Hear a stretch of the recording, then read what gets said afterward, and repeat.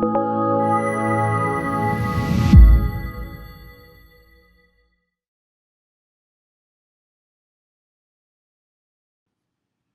I'm Jacob Hornberger, president of the Future of Freedom Foundation, and this is this week's issue of the Libertarian Angle, the show that brings you the libertarian perspective on the burning issues of the day. I'm joined, as I am every week, by my co-host, Richard Ebeling, who teaches economics at the Citadel. Richard, good to see you again, and welcome back.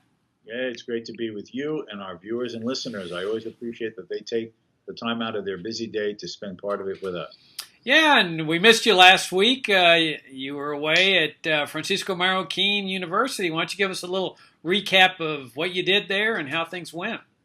Well, just for those who may not be familiar with it, Francisco Marroquin University is in Guatemala, in Central America, and it is a totally private institution of higher learning.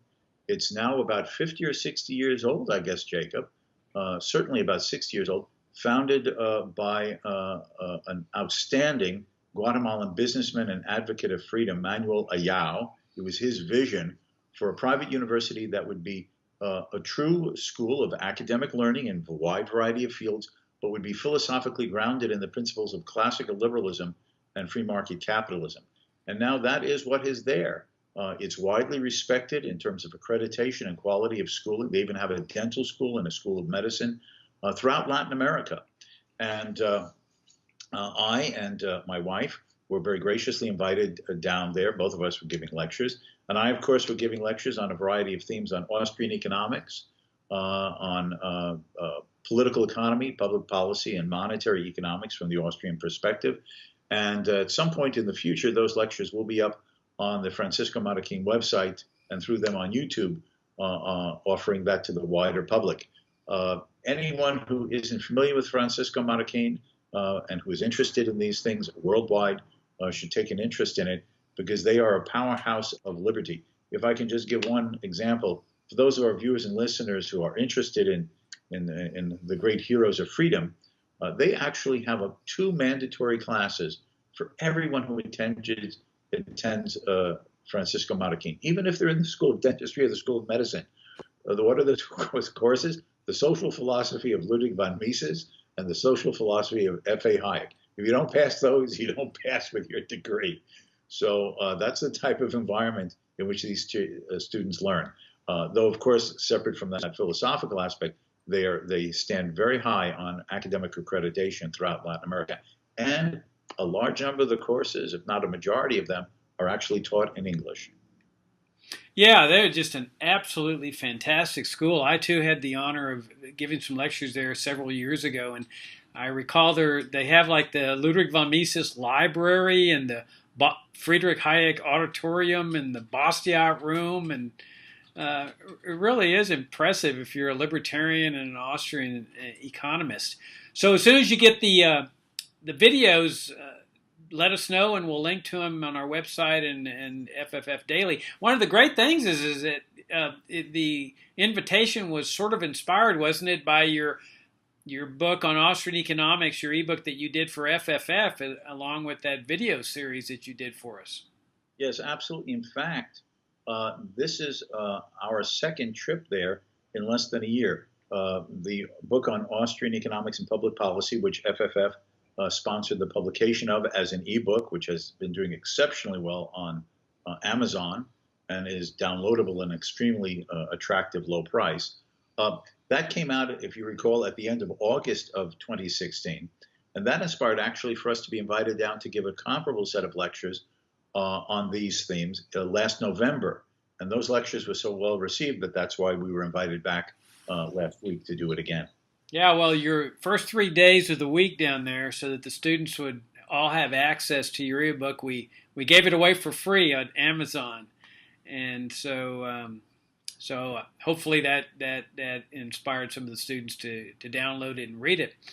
Okay, Richard, I want to talk about it's a familiar theme, unfortunately, but it's just a refrain back to the Cold War. I mean, I really feel like I was back in the 1960s or something. While you were gone, Donald Trump gives a speech to a Cuban American group down in Miami, about how he's going to revitalize the Cold War restrictions on American travel and trade with Cuba. As you know, President Obama had released some of the restrictions. I mean, there's been this embargo on Cuba, U.S. embargo that the Cubans call the bloqueo, the blockade, that has been going on since I think it was 1960 or so. And it's a brutal set of sanctions against the Cuban people. It is, as I've also often pointed out, also an attack on the economic liberty of the American people, as well as their fundamental God-given right of freedom of travel.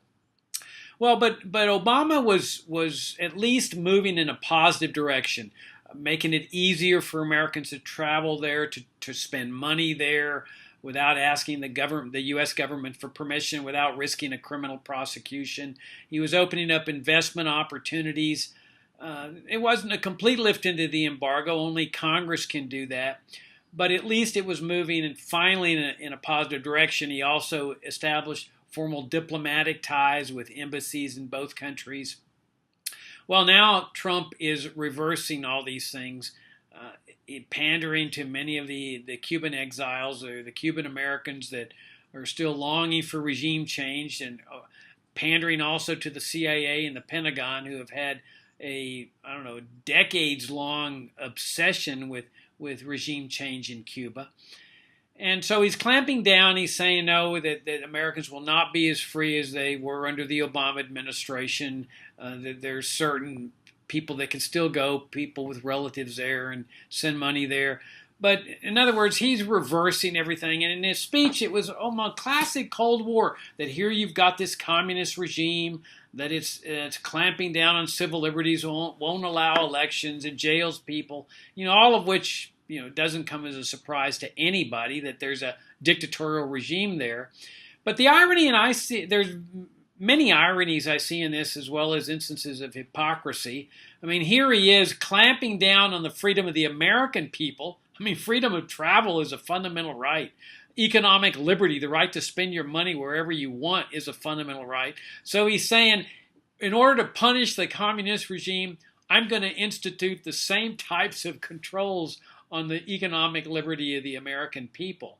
And then there's also the hypocrisy associated with the Cuba's communist socialist policies. I mean, their pride and joy in Cuba is Social Security, national health care, public schooling, a central bank, a national security state. All of these are things that President Trump believes in, as well as most American conservatives and liberals believe in.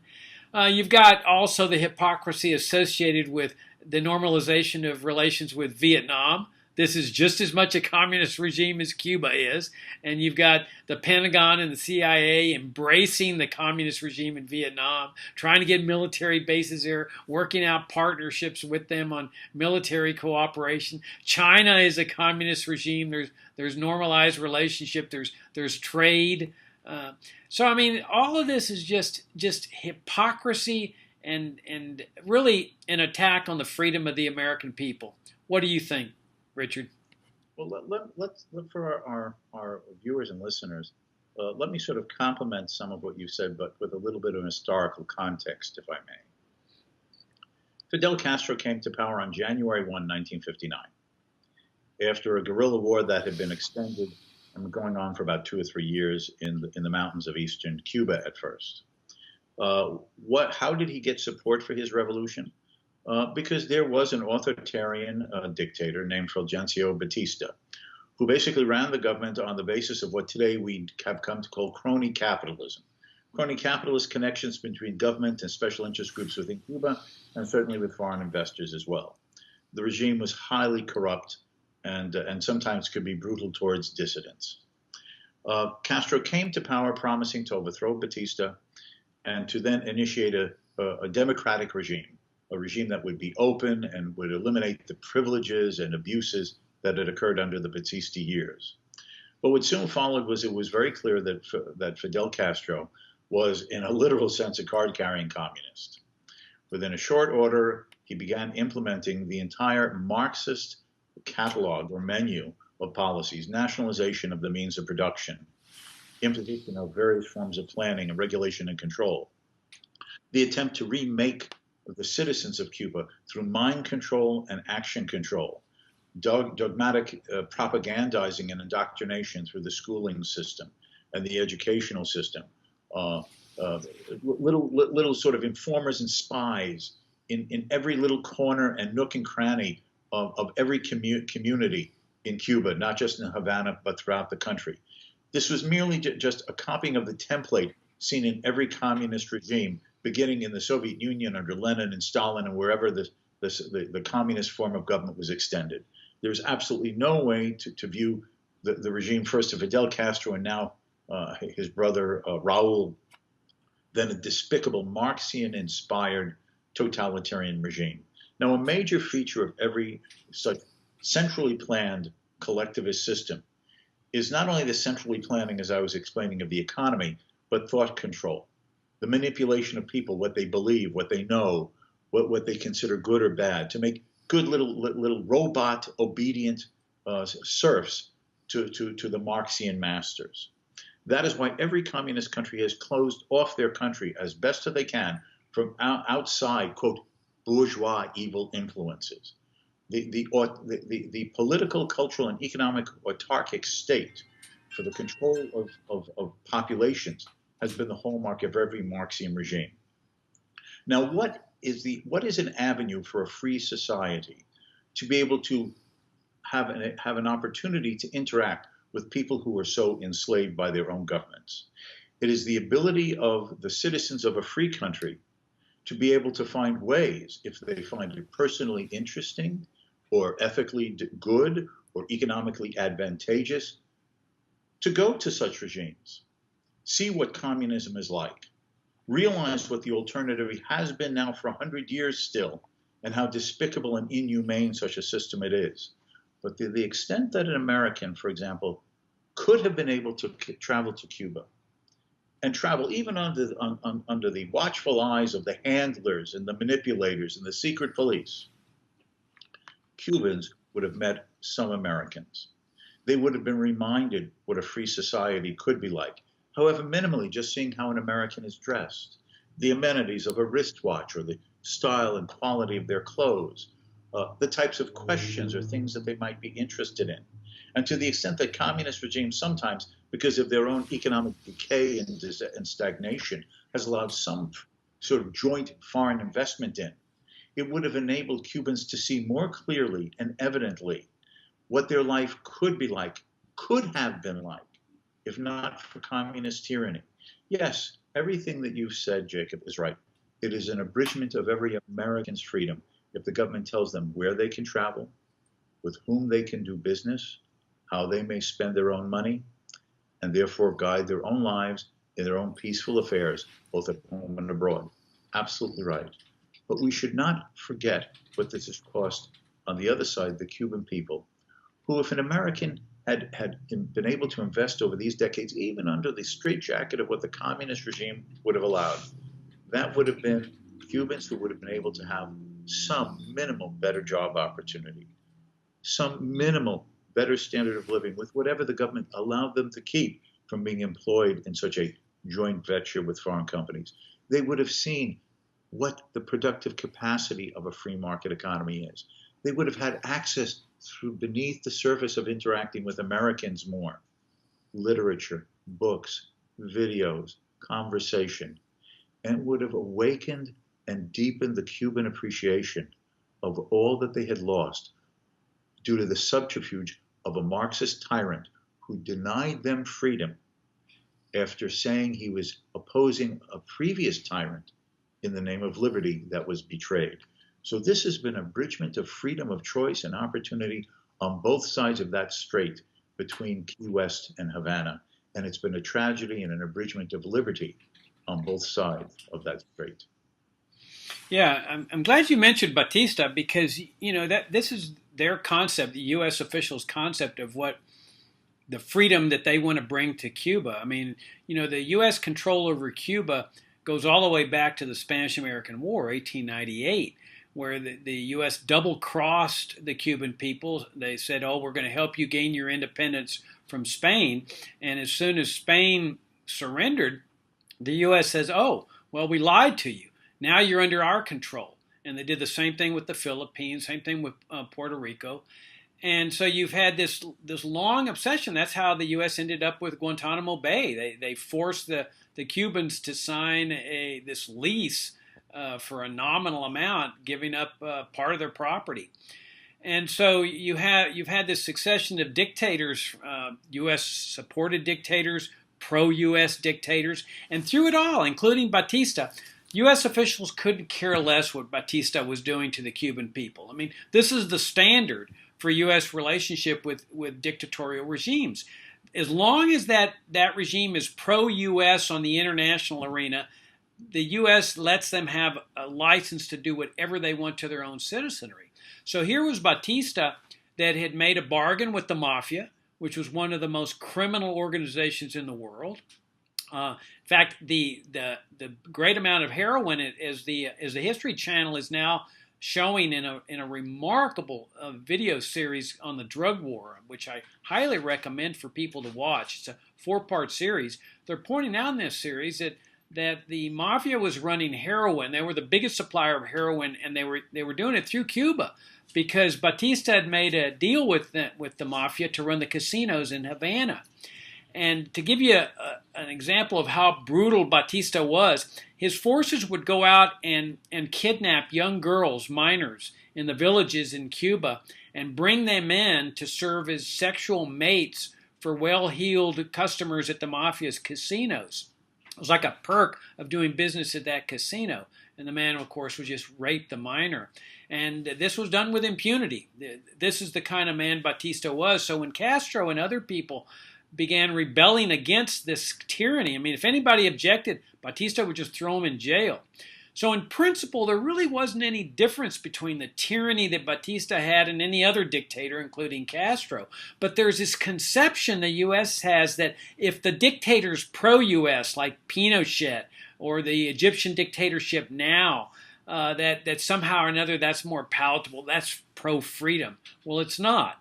Now, that doesn't justify anything that Castro did. But the point is that when the U.S. is talking about bringing freedom to the Cuban people, what they're really talking about is installing a pro-U.S. dictator. And notice, Richard, that not only did the U.S. during the Cold War infringe on the liberty of the American people, and not only did they attack the well-being of the Cuban people, but there was also this sense of we have to adopt the tactics and the methods of the communists in other realms. You mentioned surveillance in Cuba. I've been to Cuba. I mean, I visited there, and there's always this sense that you might be being watched. And when I would talk to people on the streets, when they wanted to talk to me confidentially, they would look around to see whether somebody was watching them, and then they'd kind of take me away where nobody could listen so that they could tell me how they really felt about Cuba's economic system. And none of them, or very few of them, like the socialist system, but they cannot go out speak publicly against it. But notice that sensitive of surveillance, and you're right, they had neighborhood watch people who were assigned the task of seeing if anything was unusual amiss in the neighborhood and report it to the authorities. Well, that's exactly what the NSA does here in the United States. Its job is no different from the surveillance vehicle that the Cuban Communist regime has, that it's to monitor the activities of the American people, keep them safe against unseen dangers. And of course, the danger used to be communism and the Cubans and the Soviets. And later it became the terrorists and the Muslims, or whoever the official enemy happens to be, ISIS. But I think there's a lesson to be learned here that fighting against communism by adopting communist tactics like mass surveillance of the citizenry or assassination was just not the right way to go. That you fight totalitarianism, you fight tyranny by maintaining your principles: liberty, economic liberty, freedom of travel, civil liberties, instead of moving down the dark road that the CIA and the NSA and the Pentagon took us through the Cold War and are continuing to take us today. I think in that context, it's worth remembering that at the very time of the Spanish-American War that resulted in formally Cuba being freed from Spanish control, but now under the tutelage of the United States in that broad sense. That at the time of the Spanish-American War, I know you recall, the famous American classical liberal William Graham Sumner, professor at Yale University, wrote his famous essay, The Conquest of the United States by Spain. And of course, that seemed so paradoxical. Wait, we just defeated Spain. But what did Sumner, in the context of what you're saying, emphasize in that essay? Is that by defeating Spain and then taking over its empire, Cuba, Puerto Rico, the Virgin Islands, in East Asia, the Philippines, we inevitably will become the very imperialist nation we claim to be opposing, because to have an empire means that you have to rule it as an empire with the loss of freedoms for both the subject peoples as well as the citizens at the home country of the imperialists. So as a consequence, this is just an extension of the same logic. If America is going to play the policeman of the world, if the government is going to say that its purpose is to be constantly involved, either implicitly, explicitly, direct or indirectly, in regime change to try to influence governments in other parts of the globe to fit more in what America considers good for those people, and of course in Washington's judgment of the national interest, you invariably often become that which you say you oppose. And this is all an instance of it. Yeah, that's a great point. That Sumner's there saying that Spain ended up conquering us because we became like them in the aftermath of the war. Well, really, to me, the same can be said much about the Cold War. That we, in order to wage this Cold War against communism in the Soviet Union, we, the United States, became a lot like them. I mean, look at the Nazi-like MK Ultra medical experiments that the CIA secretly conducted on unsuspecting Americans. I mean, that could have been easily found within a Stalinist type system or a Hitler type system. I mean, imagine subjecting people to mind altering substances without telling them. I mean, this is the type of thing that the CIA ends up doing. It ends up going to the dark side, and there's that famous report, top secret at the time in 1954, called the Doolittle Report, that said, well, look, communism is such a threat that we're going to have to break the rules here. We're going to have this agency do things that are generally considered unpalatable. Well, that's really not the way to go in a free society. You don't fight evil by becoming evil. You fight evil by remaining good. And that's what happened during that period of time, is that America, through the CIA and through the Pentagon, through the NSA, abandoned any concept of what is good in the name of fighting evil. Now, if you look over at Guantanamo Bay, you know, we can sit here and we can complain about Castro's judicial system, and rightfully so. I mean, it's a kangaroo system.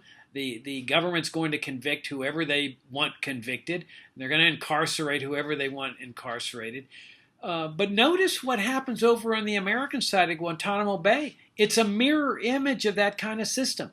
They've held people there for over 10 years, denying them a trial. I mean, they won't even give them a kangaroo trial. Well, you remember we used to talk about military commissions in the early days after 9/11? Whatever happened to those military commissions? Those prisoners on Guantanamo Bay, they don't even get a kangaroo military tribunal. They're just sitting there forever. Are the communists that bad? Well, yeah. But I mean, you would expect something different from the Pentagon and the CIA, but it's not any different. You've got torture there. Isn't that something the communists are known for? You've got, like I say, the kangaroo proceedings, but they don't even let them have those. What else? Indefinite incarceration. I mean, it's a mirror image of what the communists do over on the other side of the island, and U.S. officials, they don't seem to notice that there's anything wrong here. That their methods are essentially mirror images of what the communists are doing on their side of the island. Because you have to remember something, Jacob. They're doing it for good causes. Communists do it for bad causes. But in that, apropos to that, besides what has been done to those who have been held in Guantanamo Bay, let us remember that since this war on terrorism began following 9/11, they have followed the letter of supposedly not instituting torture in the very direct sense, with people they have had in their custody. So what have they done instead? They have sent people that we have captured or had in our custody to a variety of our allies in other parts of the world, especially the Middle East, where they are not quite so delicate in their formalities. And we allow others to torture them to get information with, of course, the CIA agent not directly involved. He's merely looking through a two-way glass mirror as the brutality is done. Most recently, these reports of the U.S. being a collaborator in a variety of these things in Yemen. The fact is that once you follow this path, it is very difficult not to become that which you say you are opposing. And this corrupts the very psyche of the people. When you become an occupying power, you have to rule. And when you rule, you have to be brutal against those who don't want you to be in their country, telling them how to live. And therefore, you end up being as oppressive as anything your rhetoric as opposing. And this is what has happened to the United States. And this hypocrisy in Cuba is just the latest example of it. What needs to be done is basically to throw out the window all of the restrictions on the free movement of Americans between the United States and Cuba. Overthrow all the restrictions on private individuals wanting to go there, spend money, invest money. You know, the thing is, it is still a communist regime. It's politically motivated to have one thing, to stay in power for their own special interest, because under communist regimes, there's always these layers of privilege and plunder that the party members enjoy and live in. And then to idealistic follow this Marxian ideal, which is the cover for them. And if some Americans want to go there and get sucked in and get taken advantage of, or even lose an investment if they get on the wrong side of Castro or somebody else in the government, you buys your tickets and you takes your chances. But the point is, it should have nothing to do with the United States government. And as I suggested, the more Americans that go there, to tourism, to even retire, like many Americans do in other Latin American countries, or to invest, the more you open the eyes and give the opportunities for Cubans to appreciate what a better and freer life could be than what they currently live under. Yeah, let's talk about some of the economics of this too, because there's a lot of hypocrisy there also. I mean, we've often heard U.S. officials exclaim against the communist system and the socialist system in Cuba, but the two programs that the Castro brothers were long proud of, they're still proud of, Raul is, and all Cubans, and especially the communists there, the officials in Cuba, are most proud of, are public schooling and national health care. I mean, you hear them talking about it all the time, free education for all the children in the nation. In fact, university education is free for those people that are permitted to go on to that level. And then you've got free health care. Don't we always hear about, oh, wow, Cuba has a free health care system. They've got doctors they send around the world and stuff. Well, now, tell me, Richard, what American conservative, what American liberal, well, especially the liberals, but I mean, what official in the Pentagon, the CIA, is against public schooling as a system, government schooling, and free national health care? I mean, we're talking about Medicare, we're talking about Medicaid, we're talking about the one-payer system that a lot of these people want. They love government involvement in education, healthcare, but hey, let's go even further. Social Security. They have free pensions in Cuba for the elderly. They've got guaranteed jobs for people. Well, who's against that here in the United States among conservatives and liberals and Trumpistas and Clintonistas? So really, it's only us libertarians who are truly against these socialist programs. So it's kind of ironic to hear these people say, oh, well, the Castro regime is socialist or communist, when they themselves support the specific programs that are considered socialist and communist, the so-called welfare state programs. You've forgotten a crucial difference, Jacob. Theirs is totalitarian socialism. Ours is democratic socialism, as a recent Democratic Party nominee and candidate was suggesting should be extended in the United States. The fact is, you're absolutely right. What do we see going on right now in the halls of Congress, not far from where your office is, Jacob? And that is this debate about what to do about Obamacare.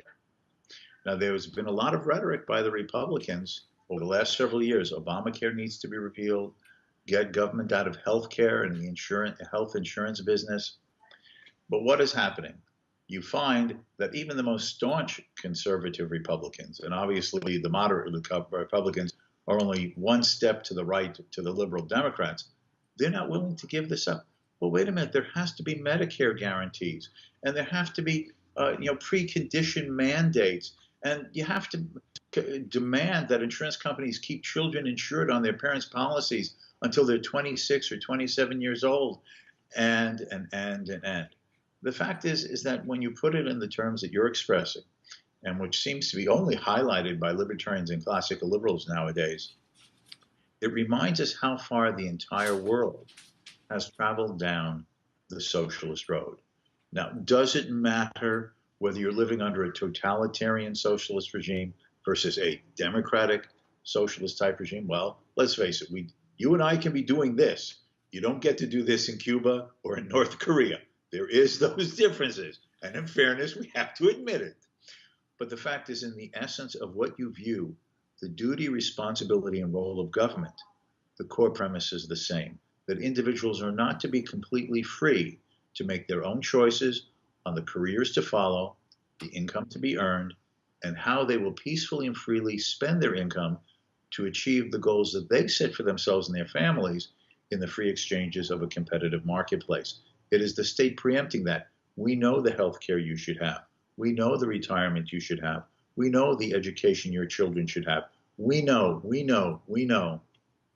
It is the social engineer's mentality of a political paternalism. And yes, is it more brutal in a Marxist regime than is practiced in the West, where we have social welfarism? Without a doubt. This is better than being arrested and being beaten up in a Havana police station. I'm sure you'll agree with that, Jacob. But the fact is that the essence of the program and the premises of the philosophy is the same. And if taken to its logical conclusions, the loss of all personal freedom and these types of civil liberties that we're still enjoying in this video right now would be taken away as the state's control extended even further. Because central planning requires central control of all facets of life, not just economic, but personal and civil as well. No, you're absolutely right. I mean, I look at it, and we get emails from people sometimes saying, oh, well, aren't you happy to be living here in a free country? And, well, absolutely. I mean, they're not putting you and me in jail. But by the same token, the people at Guantanamo Bay that have been there for 10 or so years, they might not see much of a distinction between how they're being treated and how somebody in Cuba is being treated. Or if you take like Jose Padilla, an American citizen who was brutally tortured in a military dungeon, he might not agree. Anwar al-Awlaki, his family, he was an American citizen who they assassinated. And so what we recognize as libertarians is that a free society is not necessarily one where people are being permitted to do things, but one where government does not wield powers that destroy liberty. A free society is where government is prohibited from having those totalitarian powers. Otherwise, Richard, to me, it's like being on a better plantation. In the Old South, there were brutal plantations to be a slave on, but there were others where the slaves were treated rather well. The owners were kind of beneficent toward their slaves. And so you give somebody a choice, you say, well, yeah, I'd much prefer the better plantation. And as you pointed out earlier in the show, what we have to do as Americans is stop our government from going abroad in order to spread democracy or support dictatorships like they do in Egypt and Syria and Saudi Arabia, or to help people in Cuba, supposedly.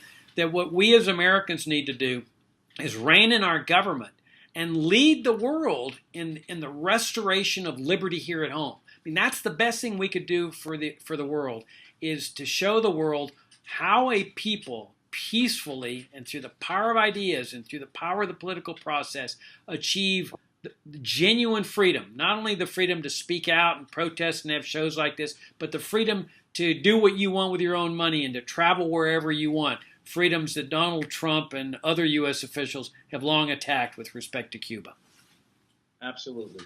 And that's important to, again, to be highlighting. is that what we have in the United States is a situation in which, regardless of who is elected, there is no regime change in terms of policy.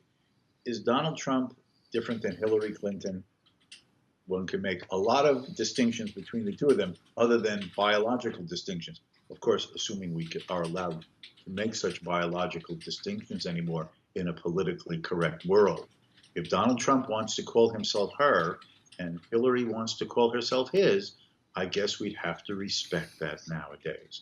But the fact is, besides biological differences among them, there are some differences about what they would want to do and the policies they would implement.